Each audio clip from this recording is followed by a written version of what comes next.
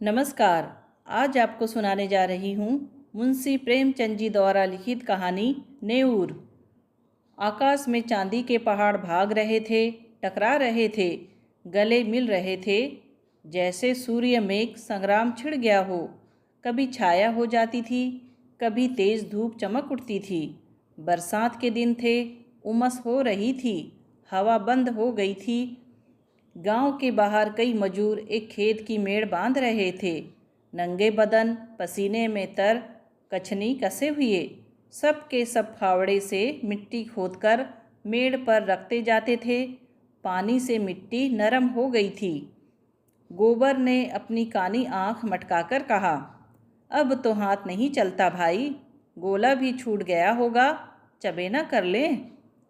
नेऊर ने हंसकर कहा, यह मेड़ तो पूरी कर लो, फिर चबेना कर लेना, मैं तो तुमसे पहले आया। दोनों ने सिर पर झौवा उठाते हुए कहा, तुमने अपनी जवानी में जितना घी खाया होगा नेऊर दादा, उतना तो अब हमें पानी भी नहीं मिलता। नेऊर छोटे डील का गठीला, काला, फुर्तीला आदमी था। उम्र 50 से ऊपर थी, मगर अच्छे अच्छे नौजवान उसके बराबर मेहनत न कर सकते थे। अभी 2-3 साल पहले तक कुश्ती लड़ता था। जब से गाय मर गई, कुश्ती लड़ना छोड़ दिया था। गोबर, तुमसे तंबाकू पिए बिना कैसे रहा जाता है नेऊर दादा? यहाँ तो चाहे रोटी ना मिले, लेकिन तंबाकू के बिना नहीं रहा जाता। दीना, तो यहाँ से जाकर रोटी बनाओगे दादा? बुढ़िया कुछ नहीं करती। हमसे तो दादा ऐसी मेहरिया से एक दिन ना पटे।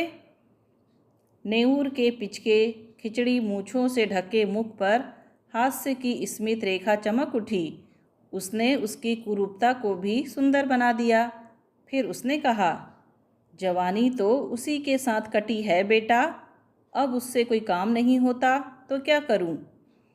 गोबर ने कहा, तुमने उसे सिर चढ़ा रखा है, नहीं तो काम क्यों ना करती? मज़े से खाट पर बैठी चिलम पीती रहती है और सारे गांव से लड़ा करती है। तुम बूढ़े हो गए, लेकिन वह तो अब भी जवान बनी हुई है। दीना ने कहा, जवान औरत उसकी क्या बराबरी करेगी? सेंदूर, टिकुली, काजल, मेहंदी में तो उसका मन बसता है। बिना किनारदार रंगीन धोती के उसे कभी देखा ही नहीं। उस पर गहनों से भी जी नहीं भरता। तुम गऊ हो, इससे निबाह हो जाता है, नहीं तो अब तक गली गली ठोकरें खाती होती। गोबर ने फिर कहा, मुझे तो उसके बनाव सिंगार पर गुस्सा आता है। काम कुछ ना करेगी, पर खाने पहनने को अच्छा ही चाहिए। नेऊर ने कहा, तुम क्या जानो बेटा, जब वह आई थी तो मेरे घर में 7 हल की खेती होती थी, रानी बनी बैठी रहती थी। जमाना बदल गया तो क्या हुआ, उसका मन तो वही है। घड़ी भर चूल्हे के सामने बैठ जाती है तो आंखें लाल हो जाती है और मुड़ थामकर पड़ जाती है। मुझसे तो यह नहीं देखा जाता। इसी दिन रात के लिए तो आदमी शादी ब्याह करता है, और इसमें क्या रखा है?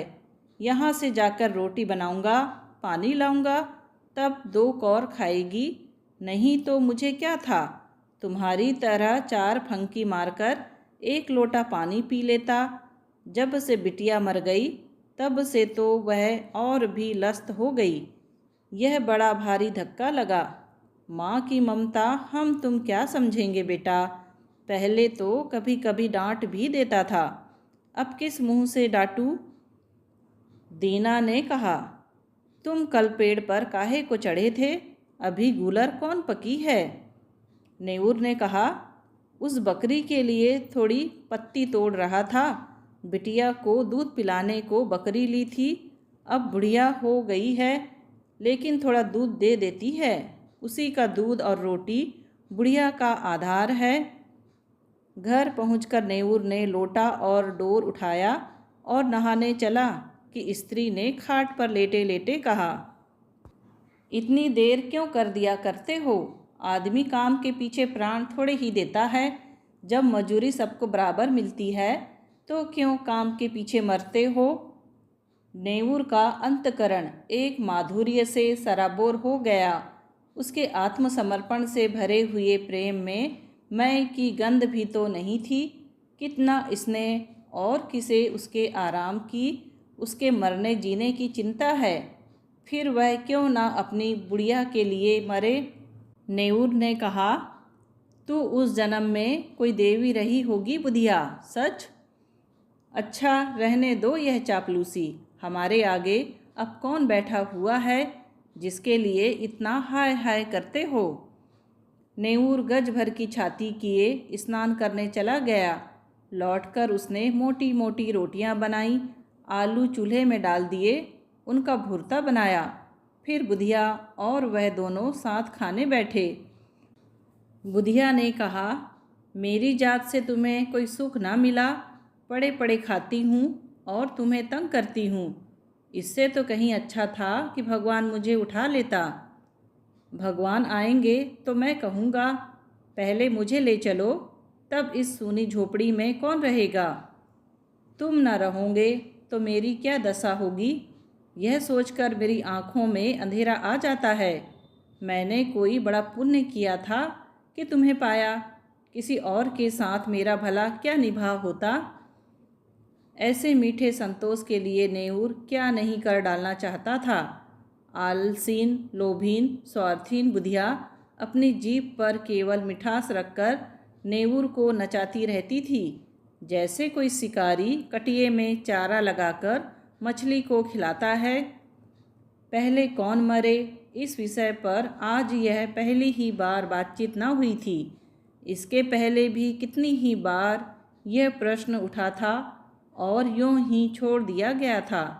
लेकिन न जाने क्यों नेऊर ने अपनी डिग्री कर ली थी और उसे निश्चय था कि पहले मैं जाऊंगा।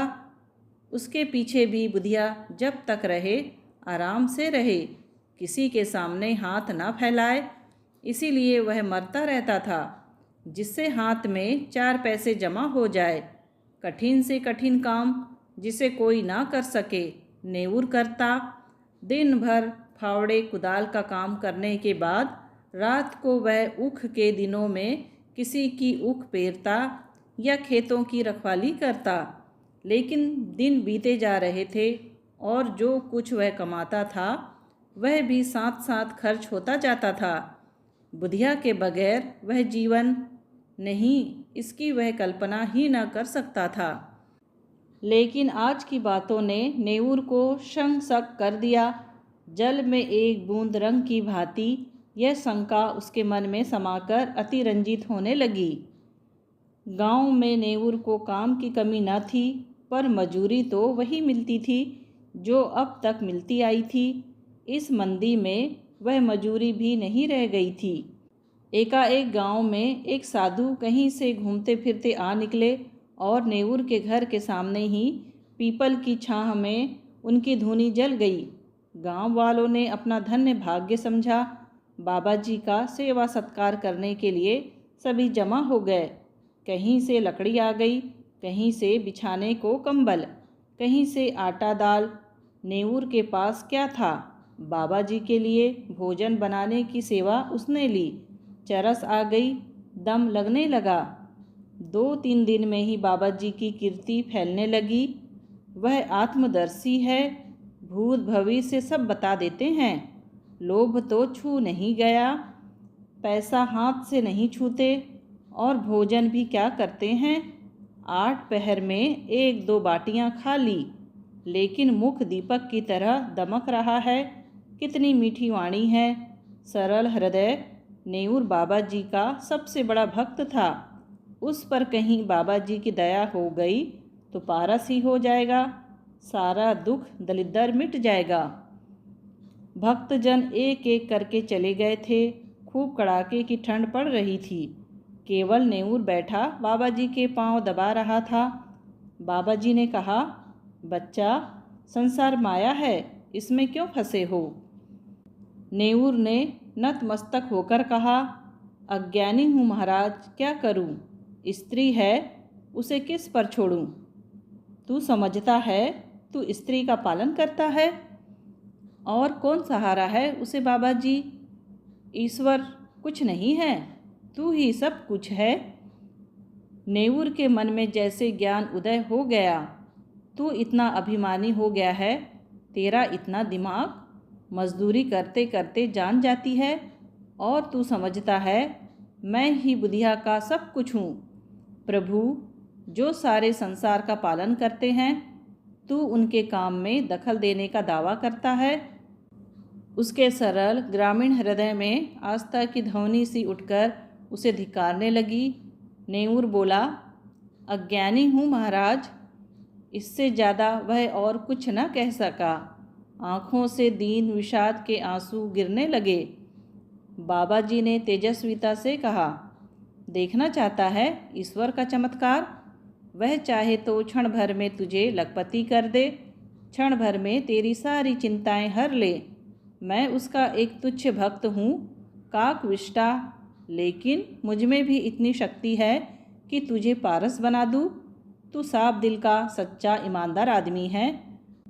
मुझे तुझ पर दया आती है।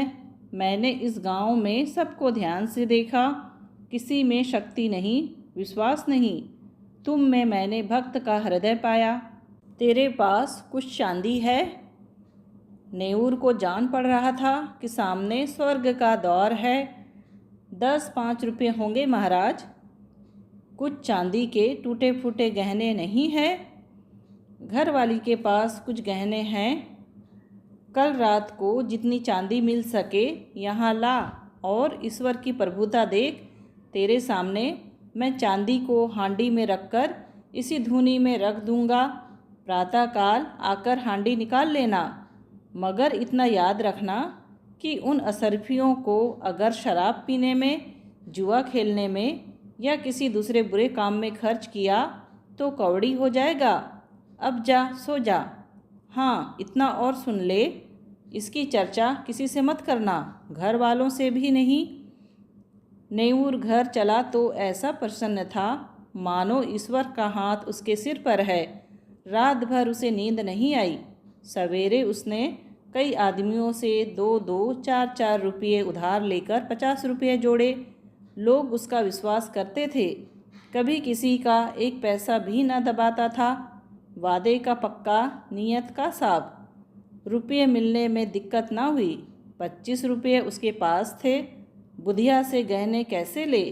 चाल चली, तेरे गहने बहुत मैले हो गए हैं, खटाई से साफ कर ले। रात भर खटाई में रहने से नए हो जाएंगे। बुधिया चकमे में आ गई। हांडी में खटाई डालकर गहने भिगो दिए। जब रात को वह सो गई तो नेऊर ने रुपये भी उसी हांडी में डाल दिए और बाबा जी के पास पहुंचा। बाबा जी ने कुछ मंत्र पढ़ा, हांडी को धूनी की राख में रखा और नेऊर को आशीर्वाद देकर विदा किया। रात भर करवटें बदलने के बाद नेऊर मुंह अंधेरे बाबा के दर्शन करने गया, मगर बाबा जी का वहाँ पता न था।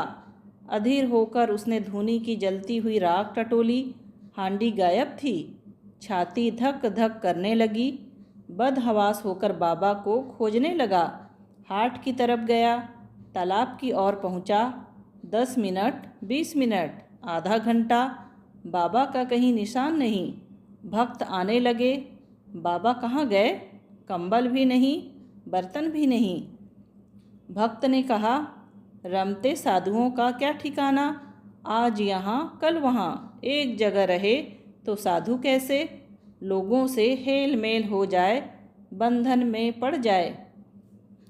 सिद्ध थे, लोग तो छू नहीं गया था। नेऊर कहाँ है? उस पर बड़ी दया करते थे, उससे कह गए होंगे। नेऊर की तलाश होने लगी, कहीं पता नहीं। इतने में बुधिया नेऊर को पुकारती हुई घर में से निकली। फिर कोलाहल मच गया। बुधिया रोती थी और नेऊर को गालियाँ देती थी। नेऊर खेतों की मेड़ों से बेतहासा भागता चला जाता था, मानो इस पापी संसार से निकल जाएगा। एक आदमी ने कहा, नेऊर ने कल मुझसे 5 रुपये लिए थे, आज सांझ को देने को कहा था।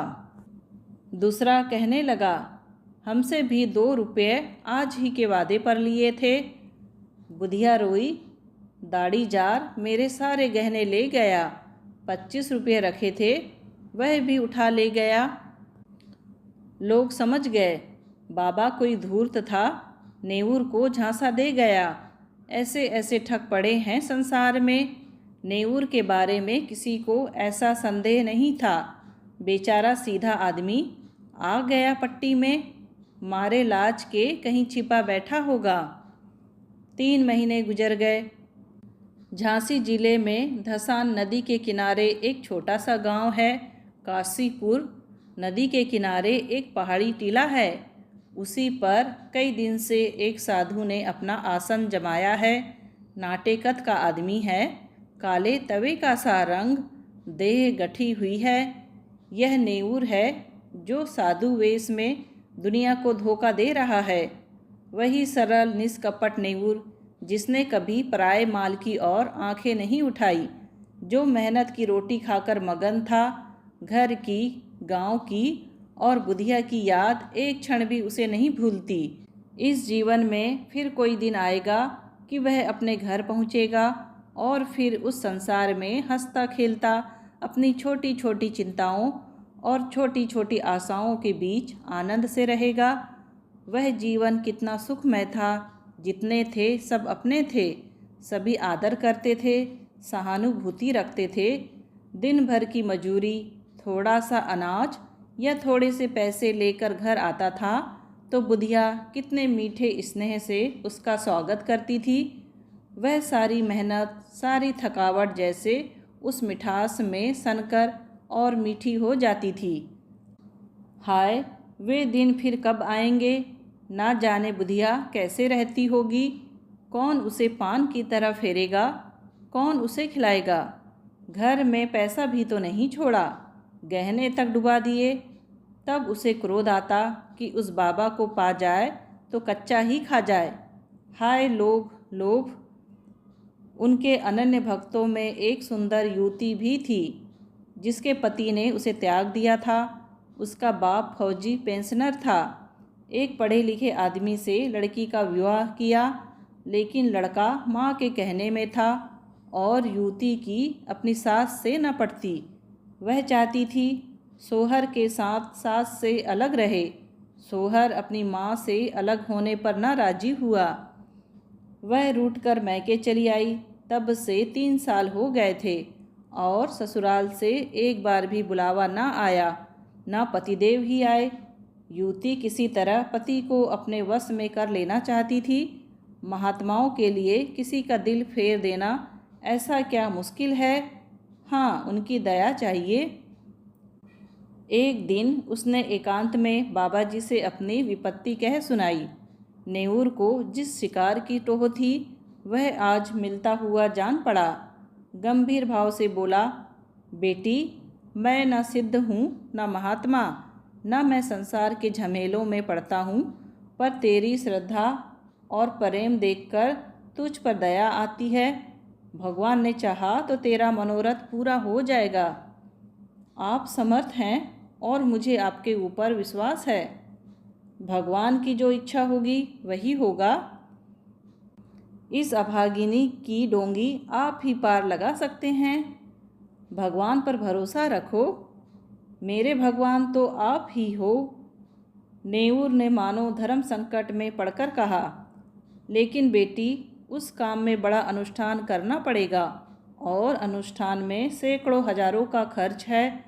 उस पर भी तेरा काज सिद्ध होगा या नहीं, यह मैं नहीं कह सकता। हाँ, मुझसे जो कुछ हो सकेगा वह मैं कर दूंगा, पर सब कुछ भगवान के हाथ में है। मैं माया को हाथ से नहीं छूता, लेकिन तेरा दुख नहीं देखा जाता। उसी रात को युवती ने अपने सोने के गहनों की पेटारी लाकर बाबा जी के चरणों पर रख दी। बाबा जी ने कांपते हुए हाथों से पेटारी खोली और चंद्रमा के उज्जवल प्रकाश में आभूषणों को देखा। उनकी आंखें चौंधिया गई। यह सारी माया उनकी है। वह उनके सामने हाथ बांधे खड़ी कह रही है, मुझे अंगीकार कीजिए। कुछ भी तो करना नहीं है, केवल पेटारी लेकर अपने सिरहाने रख लेना है और युवती को आशीर्वाद देकर विदा कर देना है। प्रातःकाल वह आएगी। उस वक्त वह उतना दूर होंगे जहाँ तक उनकी टांगें ले जाएगी। ऐसा आशातीत सौभाग्य। जब वह रुपयों से भरी थैलियाँ लिए गांव में पहुँचेंगे और बुधिया के सामने रख देंगे, ओह, इससे बड़े आनंद की तो वह कल्पना भी नहीं कर सकते। लेकिन न जाने क्यों इतना जरा सा काम भी उससे नहीं हो सकता था। वह पेटारी को उठाकर अपने सिरहाने कंबल के नीचे दबाकर नहीं रख सकता है। कुछ नहीं, पर उसके लिए असह्य है, असाध्य है। वह उस पेटारी की ओर हाथ भी नहीं बढ़ा सकता। हाथों पर उसका कोई बस नहीं। जाने दो हाथ, जबान से कह सकता है। इतना कहने में कौन सी दुनिया उल्टी हुई जाती है कि बेटी इसे उठाकर इस कंबल के नीचे रख दे। जबान कट तो ना जाएगी, मगर अब उसे मालूम होता है कि जबान पर भी उसका काबू नहीं है। आँखों के इशारे से भी यह काम हो सकता है, लेकिन इस समय आँखें भी बगावत कर रही है। मन का राजा इतने मंत्रियों और सामंतों के होते हुए भी अशक्त है, निरीह है। लाख रुपये की थैली सामने रखी हो, नंगी तलवार हाथ में हो, गाय मजबूत रस्सी के साथ बंधी हो, क्या उस गाय की गर्दन पर उसके हाथ उठेंगे? कभी नहीं। कोई उसकी गर्दन भले ही काट ले, वह गऊ की हत्या नहीं कर सकता। वह परित्यक्ता उसे उसी गऊ की तरह लग रही थी। जिस अवसर को वह 3 महीने से खोज रहा है, उसे पाकर आज उसकी आत्मा कांप रही है। तृष्णा किसी वन्य जंतु की भांति अपने संस्कारों से आखेट प्रिय है, लेकिन जंजीरों से बंधे बंधे उसके नख गिर गए हैं और दांत कमज़ोर हो गए हैं। उसने रोते हुए कहा, बेटी, पेटारी उठा ले जाओ। मैं तुम्हारी परीक्षा कर रहा था। तुम्हारा मनोरथ पूरा हो जाएगा। चांद नदी के पार वृक्षों की गोद में विश्राम कर चुका था। नेऊर धीरे से उठा और धशान में स्नान करके एक और चल दिया। भभूत और तिलक से उसे घृणा हो रही थी। उसे आश्चर्य हो रहा था कि वह घर से निकला ही कैसे। थोड़े से उपहास के भय से उसे अपने अंदर एक विचित्र उल्लास का अनुभव हो रहा था, मानो वह बेड़ियों से मुक्त हो गया हो, जैसे उसने कोई बहुत बड़ी विजय प्राप्त की हो। 8वें दिन नेऊर अपने गांव पहुंच गया। लड़कों ने दौड़कर उछल कूदकर उसकी लकड़ी उसके हाथ से छीनकर उसका स्वागत किया। एक लड़के ने कहा, काकी तो मर गई दादा। नेऊर के पांव जैसे बंध गए, मुंह के दोनों कोने नीचे झुक गए।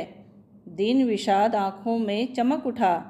कुछ बोला नहीं, कुछ पूछा भी नहीं। पल भर जैसे निस्संग खड़ा रहा, फिर बड़ी तेजी से अपनी झोपड़ी की ओर चला। बालकों का समूह भी उसके पीछे दौड़ा, मगर उनकी शरारत और चंचलता भाग गई थी। झोपड़ी खुली पड़ी थी। बुधिया की चारपाई जहाँ की तहाँ पड़ी हुई थी। उसकी चिलम और नारियल ज्यों के त्यों धरे हुए थे। एक कोने में 2-4 मिट्टी और पीतल के बर्तन भी पड़े हुए थे। लड़के बाहर ही खड़े हो गए। झोपड़ी के अंदर कैसे जाएं? वहाँ बुधिया बैठी है। गांव में भगदड़ मच गई।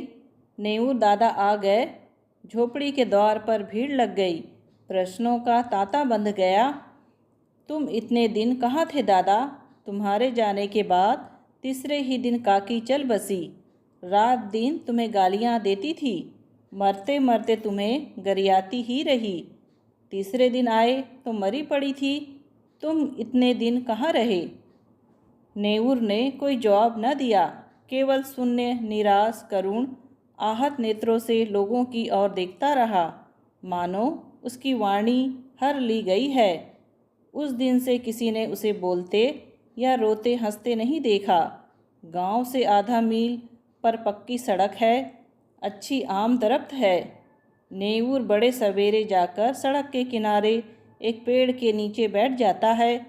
किसी से कुछ मांगता नहीं, पर राहगीर कुछ न कुछ दे ही देते हैं। चबेना अनाज पैसे।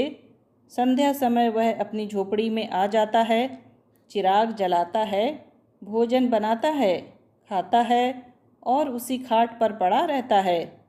उसके जीवन में जो एक संचालक शक्ति थी वह लुप्त हो गई है। वह अब केवल जीवधारी है। कितनी गहरी मनोव्यथा है। गांव में प्लेग की बीमारी फैल गई। लोग घर छोड़ छोड़कर भागने लगे। नेऊर को अब किसी की परवाह न थी, न किसी को उससे भय था, न प्रेम। सारा गांव भाग गया। नेऊर ने अपनी झोपड़ी न छोड़ी।